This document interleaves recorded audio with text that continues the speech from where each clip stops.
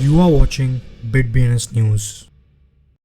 Today's headlines. Mexico के president ने bitcoin को लीगल टेंडर के रूप में अपनाने में रुचि रखने से इनकार किया।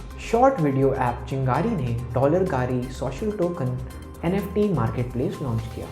JMP सिक्योरिटीज क्रिप्टो को मेन स्ट्रीम में प्रवेश करते हुए देखते हैं। कहते हैं कि अडॉप्शन से बचने के लिए गतिविधि प्रभावित हुई है। इकोनॉमिक्स प्रोफेसर ईश्वर प्रसाद ने चेतावनी दी है कि क्रिप्टो करेंसी मॉनेटरी और फाइनेंशियल इंस्टेबिलिटी में योगदान दे सकती है। यूएस ट्रेजरी का कहना है कि टॉप 10 रैंसमवेयर वेरिएंट में BTC में $5 बिलियन से अधिक का भुगतान किया। एथेरियम के क्रिएटर विटलिक बटरिन ने एल सल्वाडोर के इन्वेसिव लेजिस्लेशन का समर्थन करने के लिए बिटकॉइन मैक्सिमलिस्ट की आलोचना की।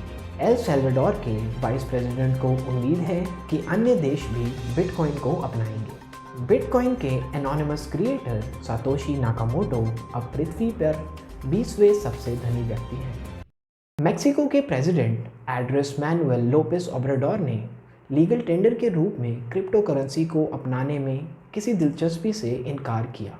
इस वीक नेशनल पैलेस में हुए प्रेस कॉन्फ्रेंस में दिए गए स्टेटमेंट से ये साबित हुआ कि मैक्सिकन गवर्नमेंट ऑर्थोडॉक्स और ट्रेडिशनल तरीके से ही देश के फाइनेंशियल मैटर्स को निपटाना जारी रखेगी। बॉलीवुड एक्टर सलमान खान, जिन्होंने हाल ही में अपने NFT कलेक्शन की घोषणा की, साथ ही में उन्होंने NFT मार्केट के लिए ब्रांड एम्बेसडर के रूप में भी हस्ताक्षर किए।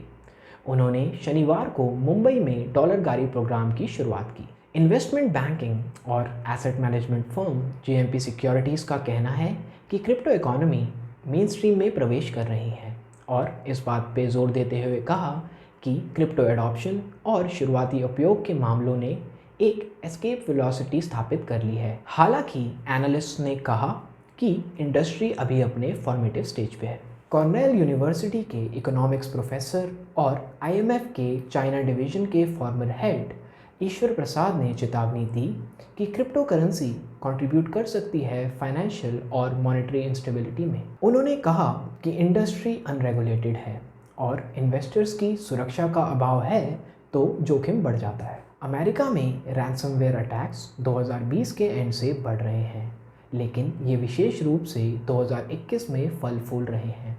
इस साल हैकर्स ने कई अमेरिकी कंपनीज को बड़े पैमाने पे हैक किया। पाइपलाइन ऑपरेटर कॉलोनियल पाइपलाइन पर हुआ ऐसा ही एक अटैक US ईस्ट कोस्ट में टेम्परेरी फ्यूल की कमी का कारण बना, जिससे मिडवेस्ट में डिस्ट्रप्शन की आशंका पैदा हुई।